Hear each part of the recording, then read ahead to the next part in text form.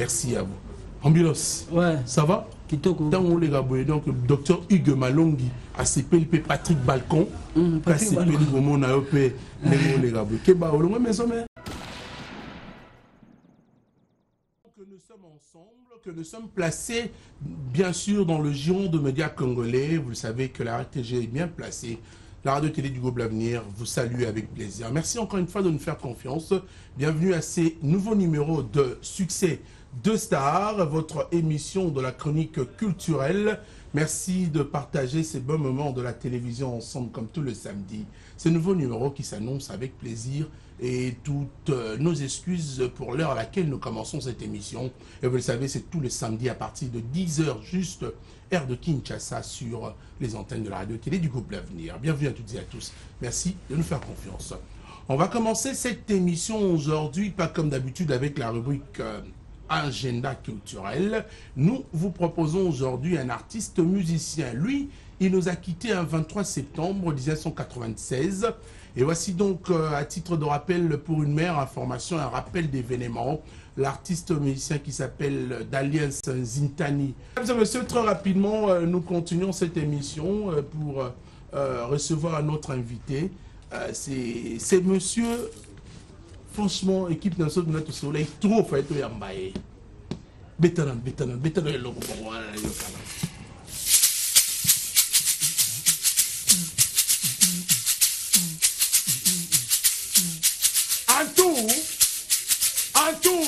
En tout cas, pardon. C'est ça, pardon pour les médias. Vous permettez de se le maro. Merci, en tout cas international. Ok.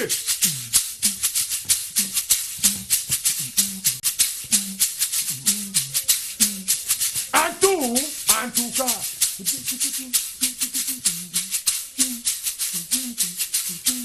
Oh papa na ba mama ba nani ba konda ba papa nani ba ye minene ba mama en tout cas e ba ye kinshasa makolo ba niki ba fufu la ki masangu ba sali ki boy ba yaka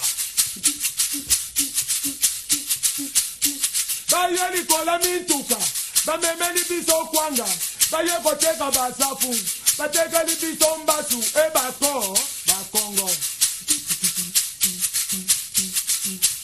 Oba wuta ki bamboka, ba ye kotonda na kini, ba pongoli ba boutique, ba komi na ba depo, ba komi ba commissionnaire, ba matisi ba loso, ni pikwa pondu e mati, mafuta mbila e mati, ba tetela.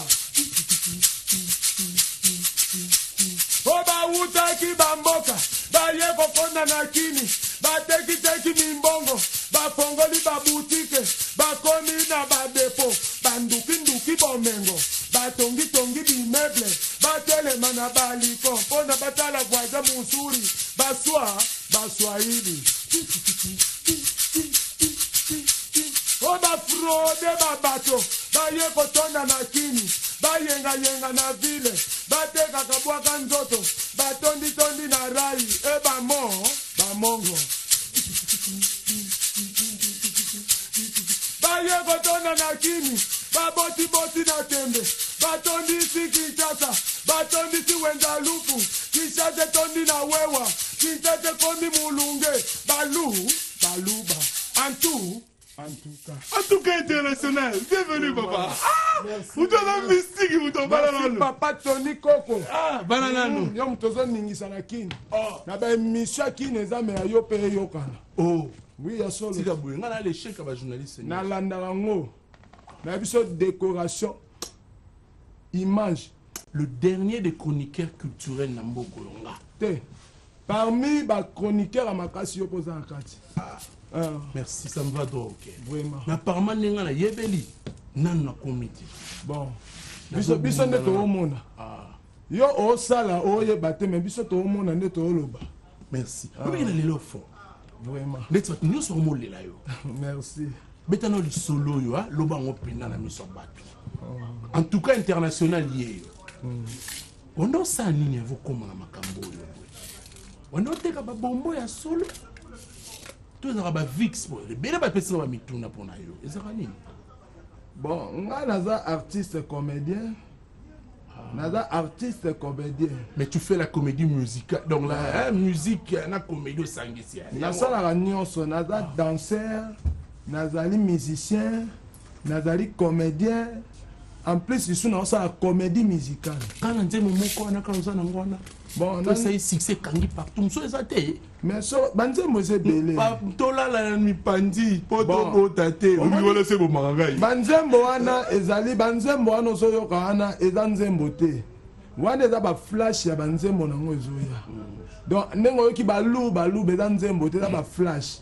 Eh mobile oyo lala na ndenge na yo ngape na lala na ndenge na nga poto eza flash. Pana ki quotidien na moni na moment otoza bana même moi na 13 ans comme oyeba mobile. Et ça linga passe. Yango fona bimise loko moko ke moi na tango azo bima ayeba ke soka meki libunga ezali. OK. Tango déjà nzembo ane zo yemba ma oyeba ke na lala na ndenge na nga yepa lala na ndenge na ye pona botate. Oh, so ni ba les ali faut bola la ndenge mo. Juste ko senga na batu bala la mpandi. Bon, ezali eza vitesse o ezo sama lelo na mboka. D'autre part surtout quel isu na par rapport mususu na composant pona moi ce que moi si na ndako moi ça comme boya mobile na libala. Moi si longtemps mobile bali opona bofanda libala yo comme boya na libala. Ça c'est une réalité aujourd'hui.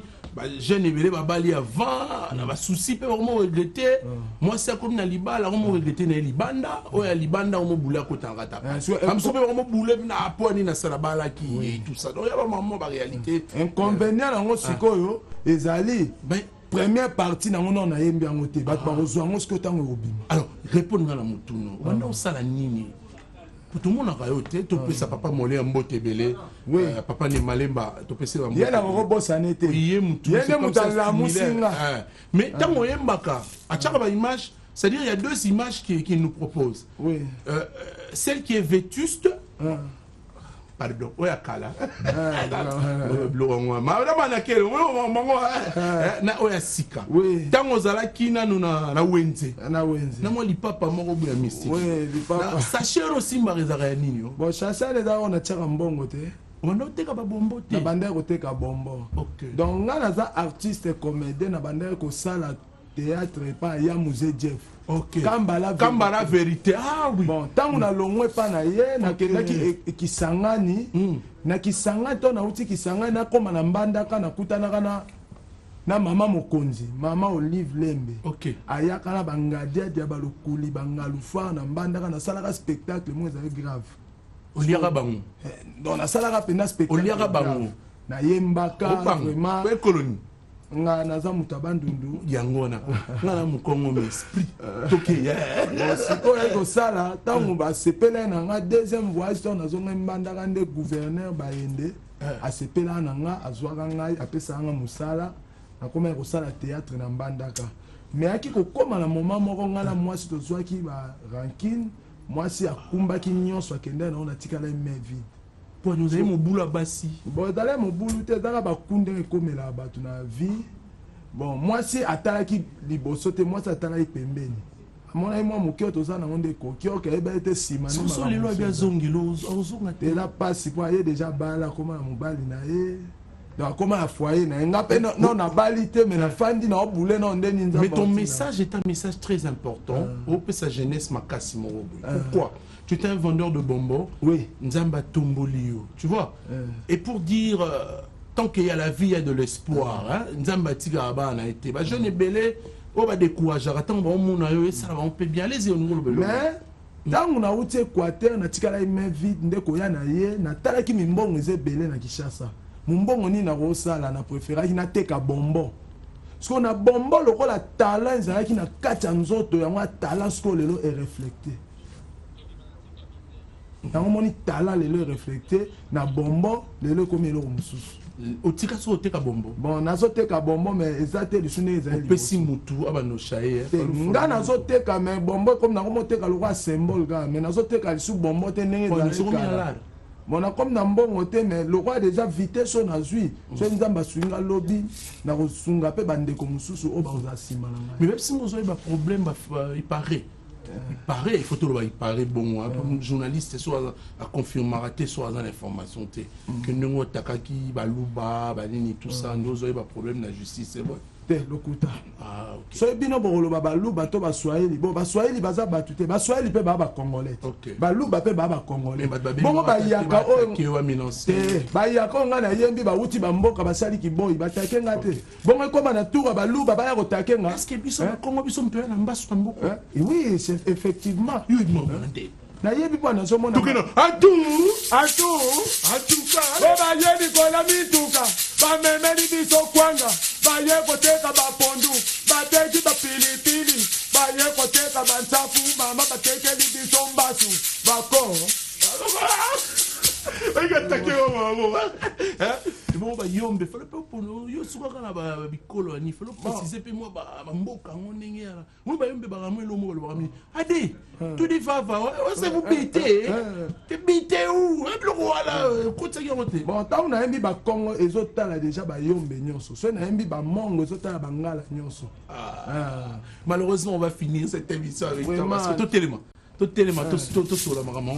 vraiment na sepeli mingi nde toza a pe na moni Sarah Lula aotala nga danseuse ya mama tiala mwana mamu national na sepeli pe lokola maître Benda 5000 ipone 5000 ipone maître Benda yene mutu pena aokanga masolo côté quartier na pesi pe mbote na champion Oliga oyo atala nga na sima mbote na bureau nanga de Chris na musée Jeff merci na ningo honoré RTG oye merci ko mabenoka okangamika na nzembo moko na osala na otala olobi soki eloko moseko ya toke naza na studio bato bakanisaki na sali nyonso te biloko mosusu eza na studio tobima en tout cas olibalo betaki tolo wenza sashe mobali otutaki tolo mbandebele libalo melaki mbondo wenza butu mama mama biloko kobela bana bakonimba mama Sephora lamuka olia Jonathan lamuka olia mama Soti baba bima kango pocha mame Yomoko bima kina salo mama Wane zaba biloko zoya ezebele au sein de l'orchestre naza na groupe ya théâtre ok en même temps ballet en même temps eza lisusu musique comédie oyebi okomona ta balacoste we oyo biso wana wenze wana ate nzamba ebopabola nzamba pamokomi na lada tellement merci de venir alors liloba suka okoloba ninga amonaka etika o topusana vraiment liloba suka ezalaka naosenga so nzamba asungi bakonzi na biso ya RTG basunga ngai soki espace omona nanga mpe nalekaka mais cordon na biso yo wana olanda yo cordon na biso olanda yo tala ingénieur puissant mais humble sabe kitengeli otande bayo osala o vraiment nasepeli fort na biso ozokutana na madame ADG nasepeli donc créer na mo eloko moko pour la RTG na baluba na bakongo na en tout cas natala bémission na ye awa na RTG ya na moni matosa kitoko na moni qualité mama na moni confort kitoko RTG ya en tout kadaliko dikolo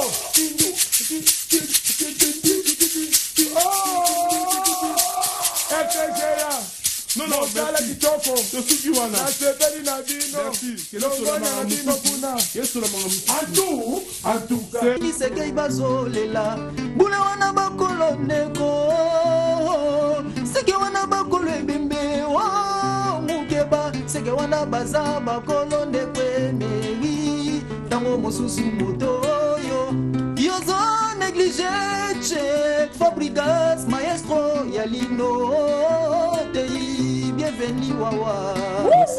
Merci. C'est l'un des plus grands chanteurs dans ce groupe Light Music Villanova de Fabregas Mouyolou. Félicitations Thierry Mugler. Hein. Très belle chanson, mais le problème est qu'aujourd'hui je suis très content parce que au quotidien ma promotion, je joue à samedi l'équipe pour l'équipe Super Massananga Moutonangi. Ah ouais. Et au casserole. Et ça l'a bien si quoi. Kitoko. Ça va? Oui, ça va. Et puis il faut bien remercier Fabrikas. Makassi, Makassi, donc. À son âge, il vous donne un album.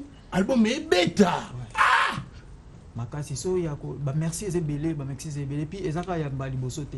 Bah merci ezala déjà bandaka. Ponga naza mutumo bonaza dana ba amour. Naïba na pipo donc. Vous expliquez ba téléspectateurs ngana pesa déjà bah merci. Et puis on continue au pesa bah merci. Et puis bah bon dimanche place Azali. Télé dimanche télé. Bon week-end. Ça le roi. Bah bon week-end. On conseille ma bête. Je l'appelle ma soleil. Ouais, bonjour Tony Koko. Et puis bonjour na Bazuta Biso. Bonjour na juste en quelques minutes, très rapidement s'il vous plaît. Bonjour à patron la Maïs Sofa pour les maîtres de la musique africaine. Et puis au nom de Light Music Villanova et Maïs Sofa Bro, nous présentons vraiment nos sincères condoléances à l'artiste Lacoste, à votre père de maman. Donc on est de cœur avec vous quoi. Donc quand on a son monde toyeboé. Merci là nous vraiment la public oyambaki cursus donc merci na bango et puis tout ça vraiment merci na Maïs Sofa Bro na Wanted Record na musala makasi vraiment ba uti ko sala o lelo bomoni cursus ndeka yo to loba na ba orchestre lelo orchestre za Villanova so album faut za so album faut za la ka ça n'engage que moi so album faut za ka cursus yango moni ke lelo ba retomber longo yango wana ezobeta donc bato nyonso bazokango merci na bino puis na signaler que to bakisi to bakisa ba clip mosusu eza déjà na champ moko ba danseuse eza wana lokolo ozomona ngo déjà et puis eza na champ moko kisi wana ya 10 match chef titre yango eza pesa 10 match Emile David Lutete Gaucho et de l'Herbivore et puis to bakisa nzembo mosusu ya Bébé Bouchou baloté comme auparavant bozwa vraiment tande kaka maestro a pesaki ba musicien na état boyoka bango et puis bino sikonde to senga bino temps boyoka biso lisusu na ba nouveau clip to bakiseli bino alors tabonde kama maestro ba le savoir ne ment pas donc bon week-end ngai et pas ba gens bazolanda biso ve na ngabundo lubika et puis na robo santé Zidane yo bika station ma campagne tombera jamais. Donc, bon, soit bien attendre le cursus. L'album du groupe. Donc, on a merveille, s'exprimer. Un mot quand même, petit nan, moi le mot le besoin. Non, juste un bon week-end à Batignon sur Hollande, Davison, monde entier mobile, pour un week-end, total à maman entier mobile. Surtout na président la maman Maïs Sofa Bro pas grande mutunalo mais l'homme à lampada et na poussé bambo te place à ça et ngana lo baka que bo continuer kaka ko pesa biso matoi na bino ko tala biso to continuer pe ka ko sala bino musala bien dès ka dans le baka na lo ba trotter le quête le ba la place na bo pesa biso kaka chance to cho bimisa générique na biso lokolo botala mobomo na ndenge omona bataille oningo yeba wapi merveille wapi filo wapi chancel vie to aka ndenge moko mikemo mabumu pla bopesa biso ya bomo ça makamundé oui makamundé moko ya mabela non colorer bien tu vois et merci on va se lever pour vous dire au revoir hein, donc voilà je rappelle mesdames et messieurs que Rugen Banzuzi est en train de suivre cette émission. Rugen Banzuzi, nous vous saluons depuis l'Europe, merci de suivre et d'encourager cette émission. Rugen Banzuzi, Odilon Mampouille, un garçon capable d'exemple à suivre, merci également. On va continuer cette émission, le tour informatique déjà. Il y a beaucoup d'invités mais bon voilà. Désolé nazaki na kolinga kasi na koboya yume reporté oh reporté une 17e planète data koboya na reporté colonne papa sala na noatelema reporté tango mosusu moto oyo ozonegisa yende moto akosali solobi sala attention Fiesta Mbou, merci de nous retrouver. Bona samaso mokolo kotonga na koko benganga bébé yoboyinga lelo En paix, puisque c'est également la journée internationale de la paix. Encore une fois, bon anniversaire à vous, Yawili Moucheni. Alors, on va également saluer la grande famille Tembele, plus particulièrement à Jibos Tembele, de la part de mon boss Abraham Bayo, qui est en train de suivre cette émission. Il y a une sortie officielle d'un single, le titre c'est Baba de Nadia Mwamba. Baba, donc Nadia Mwamba, chanteuse congolaise. Et je rappelle d'ailleurs, c'était l'une des candidates il y a All Star à un moment, donc Baba Nadia Mwamba qui nous propose cette chanson. Voilà, on est en extrait sur nos antennes. Nadia Mwamba qui est en train de suivre. Nous vous souhaitons de très bonnes chances et merci de nous proposer une bonne musique, Nadia. Sur ce plateau, vous avez vu cette équipe de Koffi Olomide, Alidor. Et il revient de l'Angola avec son groupe. Il a livré également un concert à l'hôtel Invest. Bébé J3 est là sur ce plateau. Linda Lala. Je m'aurais quand même également présenté Chiquito, qui fait partie désormais du groupe Quartier Latin. N'est-ce pas, Bébé J3? Ouais, ouais. Il y a un moment là. Chiquito a remis dans Quartier Latin. Orchestre Yamba. Chiquito, ça va? Ça va bien, ça va bien. Pourquoi tu pas Koffi Olomide? Les grands m'ont pas, on a fait Simboté. On Milouki trop à la dernière minute. On Milouki. C'est-à-dire que comme on a aucune maison mère, ma baie, aucune débrouille ma baie. Mais Chiquito, avant de n'a pas là, je chômais, c'est un gars qui a Moussala. Et puis, Nathalie place une rogue qui a Moussala. Il y a encore d'autres personnes, il y a encore d'autres personnes qui ont été jeunes, qui ont bazar. Ils préfèrent nos quartiers latins. Non, par rapport musique, au moni quartier latin, les clans n'ont pas au quoi d'accord à mal. À Zanzambe, la musique congolaise. Ah, tu le dis aujourd'hui ainsi. J'ai encore tes images, Yakala, que je pourrais te montrer, mais bon, l'heure. Hein. Non, on a côté quartier latin parce que quartier latin de Macambo. Quartier latin Macambo, vraiment. Oui, mais il y a ma casse. Si le téléphone, on a pas quand on va maman dans mon niveau la TV. Tout est quoi quand on a téléphone. On a mis ça dans la quartier latin, on a pris mon continent en beauté. Merci, on a remercié mon père ou mon continent. On a yambi mon anaï Chiquito. On a eu Moussala, PC Moussala. Non, il a la boulon. On a qui Koluka Moussala, on n'a pas mon continent. Il faut avoir la vitesse, mon côté dans le pont, mon père. Patron mon bien, patron mon gentil. Le monsieur Longo, mon maïga. Accueil, on a pardon, on a évité. Et puis, qui quand maman Nzembo, on a ok, insecticide. Non, parce que mon connaît c'est un rabou. Le quartier là, t'es un membre de Moussala. Attends, mais qu'il faut bandambarement au tac. Bon, mais on peut quand même te souhaiter de bonnes chances. Merci. Tu es un grand garçon. Quand la TV,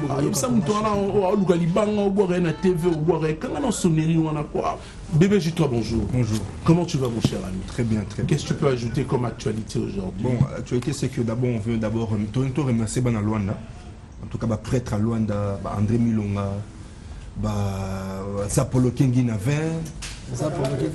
Donc, vraiment, tout ce pays Makasi, tout Yamba Ebisu na Luanda. En tout cas, vraiment, merci beaucoup. Si Toto est dans Hôtel Invest, je remercie Batutu, Obaya qui est dans Hôtel Invest. Donc, c'est un peu ça. Quoi. Alors, Linda, on va se lever. On a tes malades sur la nuit au téléma. Il y a l'information sur le Bakissa, ils ont vraiment juste trois parce que tu dis Batangola, tu peux s'y monter, tu vas tout disent qu'il y a un biseau calamité. Il y a des musiciens. Voilà, donc appel et continuer toujours là-bas. Il faut des drums, berger, montou, boss zitou, donc staff ten na mobima la loi. Et puis, on a sur le Moro, mes condoléances. Et puis assister à notre frère Didier Lacoste Mouketo. Nous sommes aussi ici à grand prêtre quadre, surtout tous autres Kende. Il y a un monde bolati aux noir. Mais Chiquito, comme il se retrouve pas encore vraiment dans la famille, vous aimez bien. Très bien. Vraiment, c'est un musicien. Oui, parce que je vois la porte est ouverte, elle entre, elle sourit. C'est la bellissima de la presse congolaise.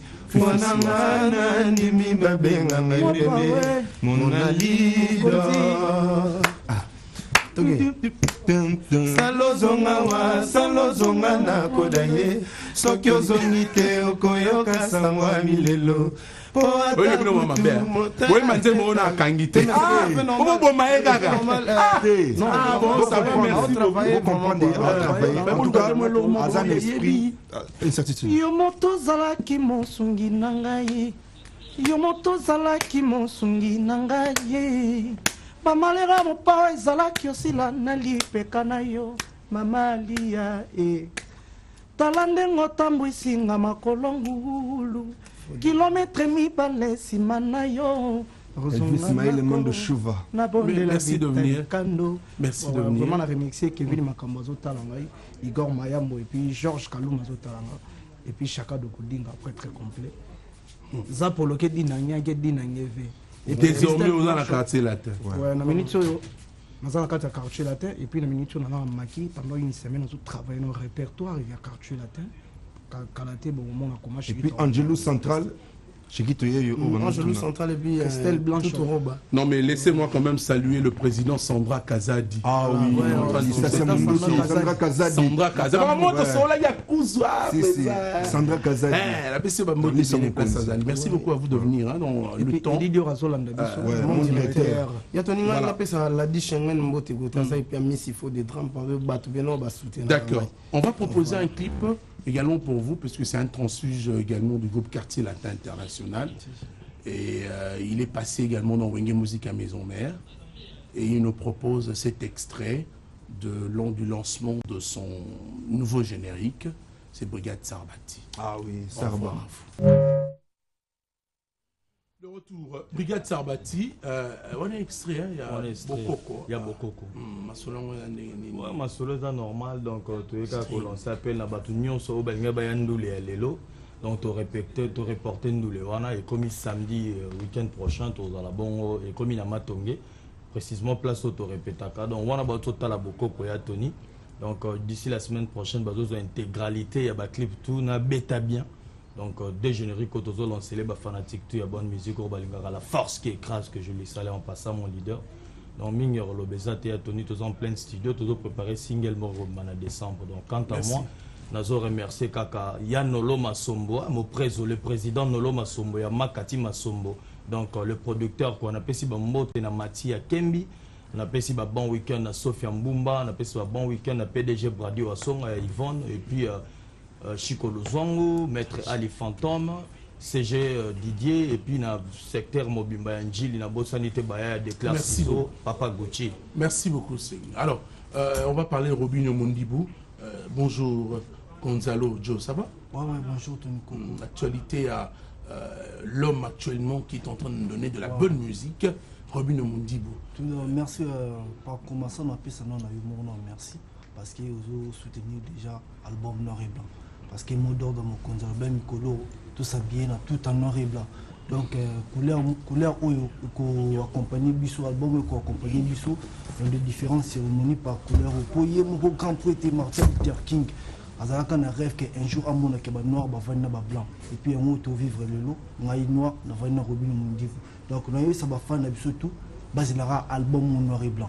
Veut dire ils ont été déjà coupé ça ba die na marché signe chiffre 9 ba consommer en attendant nos besoins déjà c'est mardi 26 na mercredi 27 tout bon na studio pour na clôturer au Italie ba générique déjà ba mourir tout la musique ba mourir ba dédicace ba tout ba na pour ça ba na Noir et Blanc on makambo donc ba les mardi na mercredi na studio RTNC tout ça et puis à ce qui concerne ba production na biso déjà j'ai dit toujours déplacé dans mon compte toujours il y a na Lubumbashi je dis bana tu es Lubumbashi boze la biso toujours au pesa no ba compte rendu ya makambo tu yo kana ka veut dire chana no quoi et puis le 23 octobre tout ça bon na Uganda après Uganda bon le 26 tout ça bon na Goma je dis ba toto à Goma boze la biso et puis Lubumbashi déjà j'ai dit merci beaucoup moi je dis un très bon week-end Eric Ise Obama $10,000 c'est quoi mettre lundi Tangan la fortune je dis mardi, mercredi, tout le temps. Merci beaucoup. Voilà. On va saluer, nous sommes suivis par le manager du Central Club, Scotty Moutouale, qui est en train de suivre cette émission avec mon ami de longue date, chairman Eric Smalto.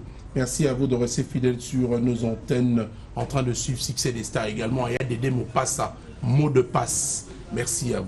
Ambulos, ouais. Ça va? Dans les gars, donc docteur Hugues Malongi, ACP Patrick Balcon, ACP Ligomo Naope, les gars, Keba, on a maison mère.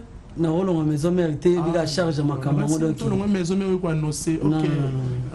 On a profité, on a salué notre big boss, le roi de la forêt, côté Zana Palin, présidentiel, na maman Sylvain Pata, merci, na réception, na Yambagi Bisso. Toi qui na repos il y a semaine, où est le cas, mais semaine, où toujours banda, mardi, mercredi, jeudi, comme d'habitude, aux Zana.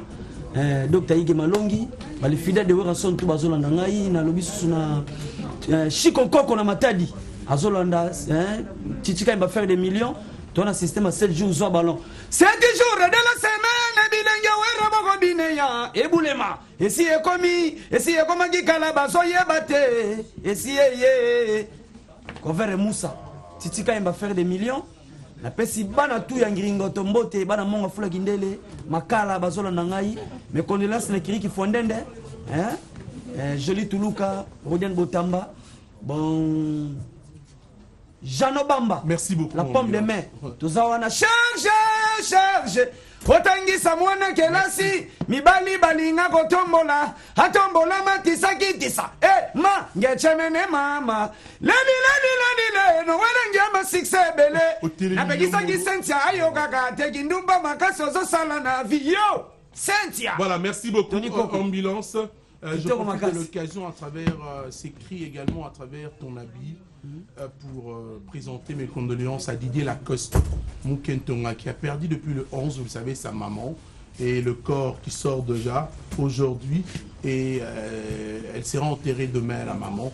Nous pouvons dire encore, c'est les chemins obligés de tous, nous devons y admettre Didier Lacoste Mukentonga. Nous sommes de cœur avec vous, un grand artiste de notre pays. Perdre une maman, c'est vraiment une blessure, mais courage. Beaucoup d'invités à travers cette émission, mais bon, petit à petit, nous avançons vers la fin. Et on va parler, après Robin Omondi, on va parler d'Héritier Watanabe Gogan. Francis Dibaya, ça va? Ouais, ça va. T'as déjà la kin? Ouais, depuis mardi déjà. Avant tout, bon week-end, dans Yemo Mokonzamboka, Totorina, la cause à notre Héritier Watanabe. Mokonzazongela Gibiso, Aotagi Paris. Et puis, tu as déjà la répétition coulisses. La répétition coulisses, tozo collé. Héritier Watanabe a payé opportunité dans la jeune frère naïe, artiste naïe. Bachacha Banzembo, yango tuza ko travailler, yango poto bandara va chanter à deuxième album. Malembe quoi. Mais il y a importé Zara que non. Générique nabiso s'il te plaît, Bazaza, Balibinza, Baebodo, Ezobini ça. Par contre, vient bienvenue Mokeniza pour le depuis Nza, j'ai abengi ngabi français, s'il te plaît Zobeta. Et puis tout ça nominé na Afrima Awards et puis na App Award na mois de novembre à côté à États-Unis. Vous consommez l'album Carrière d'honneur et Tirada. Vous moni ba disque bimi Tony mais barum bezobeta. Merci François. Vous comprenez que ba DDD zobeta ba affection fefisiwa alingaming affection ba beti fou zobeta na mo quoi. Tout à l'année qu'on a bi français na ok affection zembo tête ndai vraiment héritier wa ayembi a épaté. Non mais héritier déjà depuis hein quand il était dans Maison Mère, on a proposé ba nzembo bien donc c'est un artiste sur Ebi Moussala nae quoi Ebi Lowa ça. Ouais. Donc dans un format dans la public peut-être ba na souci artiste à les caméras sur ordre et à maison de production nae héritier Watanabe a droit à rouler quand la émission t. C'est ça que j'aurais entendu parce que après toutes ces demandes il y a bah fanatique nae pour aller quand la succès des stars. Bah c'est une maison de production des boy qui a les canaux. Allez cadeau mais toujours boulé bord mon boy avant il connaît Salema il mon gars rouler quoi annoncer bango parce que bah surprise les ali na pesi ba bon week-end na boss Adolphe Moutebachila na depuis le Kapa vient en pire Giaf na bossanioté Dostal Chikan na mon vieux Joao Daloge le vieux Robera mon ango mais na Kafunfu. Merci beaucoup. Bonjour mon frère, ça va? Oui, ça va bien. Kaizoveli. Effectivement. Faut Davido, hein? Davido, c'est pour quand? Ça, c'est normalement pour le 30, mais là c'est le dossier de Wet, c'est lui qui... Ah, donc toi tu as un autre dossier aujourd'hui. Ouais, moi je voulais surtout parler de ma musique encore, pour marteler, pour dire aux gens de me suivre sur Facebook, sur Instagram, au nom de Kaizoveli, Kaysoveli, et sur ma chanson Le Feu de la Lanterne qui parle de beaucoup de choses. Je m'adresse spécialement au Banamaï, et voilà.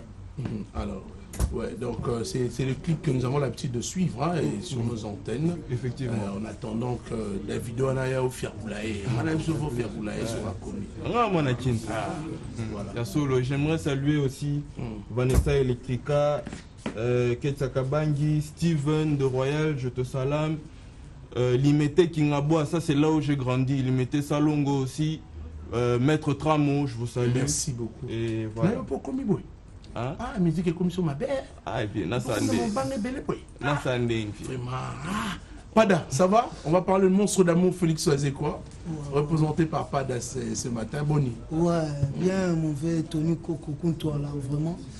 La napesi vraiment bon week-end na bato nyonso bazolanda kini pas dermampata donc tozalaki te tozalaki na Nairobi na Kenya vraiment séjour na biso eleka kitoko vraiment na Nairobi donc programme eza kaka boa mabe disque oyo mokili mobimba ezozela na minute au monstre d'amour mais c'est Google aza na nord akenda osisa makambo ya livre donc soka yemba la moto bandi studio donc na minute nazo lancer message naza na nzembo ya mokwake Tony Koko yo yebi donc monstre beta nzembo na extrait na répétition na sho bat batelema na uti sous Nairobi via beti sous extrait ya nzembo na nga mais na saluer vraiment général des fois au venangai na o sali pour na petit na yo donc nzembo na ngezoya donc quant à moi ba onyo so balingi ba contacter nga po bazala na kata chanson vraiment ba hésiter te ba benga ngai na plus 243 89 77 011 99 Rachidou Radek na bosani tami de Bayaka Serge Makindu Jean-Jacques Sungu mondial merci beaucoup voilà bonjour Clinton bonjour artiste Abel Clinton bonne santé santé pepele actualité zali ke toujours signaler ka bana kin oyo bazomona do eza ba démonstration à monseigneur Dangwe Bill Clinton papa na Billiant avant na bana na saluer na place za na palais donc bana kin kala mingi te bozozwa do ki bota déjà mwana ezoleka do esala makambo nango. Bon, album complet. Merci beaucoup mon frère. Et M. Romina Souka, deux personnes à saluer. Bon, on peut s'attendre, Isoa Mbote, na Pessi, Vardi, Mwamba, Mathéo Durable, Papa na Marc, na Bosanité, Tedika di Mapatu, Mokonda, Tek te Kasala, Bruno te Kasala, Petit Nangai, mon bébé Arjun. Non, mais deux personnes. Monsieur Romina Souka, c'est ma carte ma vie. Mon football n'est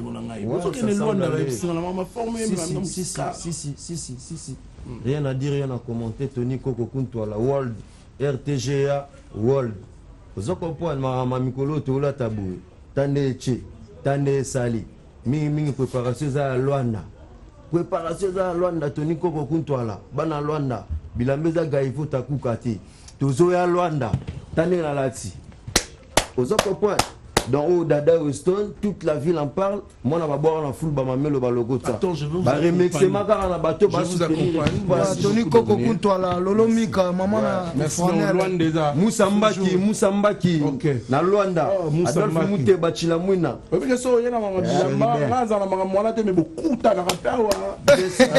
Merci beaucoup. Vous êtes journaliste, on a dit Maka, na Septaka. On peut t'arrêter bien. Moi, la centre-ville. T'as la rôle, les gars, dans Jido. Au Jido, Japon, c'est kimono. Voilà, de retour en plateau de Succès des Stars. Avec plaisir, on retrouve encore des invités. Rwandaka, bonjour. Ouais, bonjour, Tony Koko. Bébé, mais là, vous. Ah, yaka na yo teza na gaz balobi mwana maela la raté avant na bana pesina honorable PDG Pius Mwabilo Mbayo Mukala via Petit nae na maman Brigitte Mbo Théâtre ainsi qu'à mon boss Kabose Boulembi au moni Kabose za papa ayebini nazo sala Tony Koko laisser le temps au temps. Générique c'est Salama bébé ça va fitiri. Non mais tu es souvent absent. Non absenté ngana za présent ngana soda réputé. Non nazaki maladie. La série na bureau na zaki malade. Vous croyez que quand on est ensemble, on est de la même famille RTG, il ne faut pas qu'on tourne par nous. Non, vérité. Oui, Tony Koko. Mais apparemment, depuis qu'on soit carré, balobi boulot penaud ça soutien. Ah, Tony Koko. Rien, Tony Koko tout dans la ligne. Oh. Merci. Voilà. Alors sur ce plateau, on continue ce tour informatif. Et puisqu'on a beaucoup d'actualités aujourd'hui, c'est samedi, vous le savez, deux jolies dames sur ce plateau de la radio-télé du groupe L'Avenir. Myriam, Mariam, c'est ça? Il y a deux prénoms, Myriam, Mariam. C'est un nom composé, c'est Marie, Myriam. Okay. Mais certaines personnes m'appellent Marie, d'autres Myriam. Myriam, Mariam. Hein. Merci de venir. Elle est accompagnée de Bénédicte. Ça nous voit quoi? Merci. Merci de venir. Vous avez une information? C'est une exposition, c'est ça? Parlez-nous un peu de cette actualité. C'est Bénédicte qui commence. Hein? Allez-y, Bénédicte. D'accord. En fait, c'est un événement qu'on organise demain, donc dimanche 24 septembre, au Palm Beach. Donc, c'est une exposition en fait de produits qui viennent des États-Unis, okay. Donc cosmétiques, vêtements. Et donc, ce sera de 10h à 18h. On va exposer nos produits et il y aura également quelques animations. Un show d'un comédien et puis quelques animations en plus. Alors, c'est de 10h à 18h. Bozo yebsani na bato bazo la o na émission la bazo na dabino. Baya pour une exposition là, on mélange hein, et toutes les langues hein, s'il te plaît. C'est une émission bilingue en fait. Baya, tu peux ajouter quoi Mariam? Baya parce que tu as des articles pour Nabami, on a des articles pour hommes et femmes et on a des articles aussi pour femmes. On a des tailles plus, donc les femmes qui ont du mal à trouver leurs vêtements, on a des tailles plus, on a des gaines pour le ventre, on a une variété des choses que tout le monde peut se retrouver dedans, que ce soit homme ou femme, tout le monde peut se retrouver dans nos articles. Donc vous avez oublié, moi, et là au moins, vous êtes les êtres le plus attractifs dans la vie. Donc demain, c'est au Palm Beach, hein, à partir de quelle heure? De 10h à 18h. 10h à 18h. Hein, donc passez, faites un tour, moi également je serai là. Ma fanatique à Tony Coco, Balinganga, Tiona. Boya, Lobby n'a pas le beat, à partir de 10h, 18h, exposition, animation, et ça, là, bien moins une ambiance folle sera, c'est pour demain. On va quand même finir avec vous, hein. Un dernier mot. C'est Bénédicte qui parle plus vite, hein. Mariam n'est pas habituée à parler à la télé. Hein. Allez-y. Moi non plus, hein. Ah bon? Mais allez-y. Non, comme elle a dit, donc Boya et Bélé, vous allez vraiment vous retrouver dans tout ce qu'on va exposer. Et puis il y aura une bonne ambiance aussi.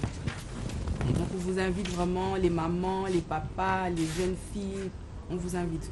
C'est juste un jour seulement? Juste un jour. Il n'y a pas un numéro de contact? Il y a un numéro de contact. Comment on peut vous contacter pour venir? Donc, via la page Facebook. On a une page Facebook qui s'appelle Divalux, DIVALUXE, et on a toutes les informations, numéro de contact et tout avec dessus. Je n'ai rien dit. Alors, merci beaucoup de venir, c'était avec plaisir. On sera là demain au Palm Beach à partir de 10h. Hein. Voilà, je vais vous proposer un titre. C'est une dame aussi comme vous, mais elle s'appelle Zong Rosine. Elle est chinoise et cette dame, elle dirige une association de femmes chinoises en République démocratique du Congo. Elle vit donc à Kinshasa. Elle chante ici avec une chorale de enfants congolais un hymne à l'honneur de nos mamans, comme vous êtes aussi là, présente, en chinois et en lingala. Alors, Maman Azali Somi Amokili, c'est le titre de cette belle mélodie composée par Rosine Zong.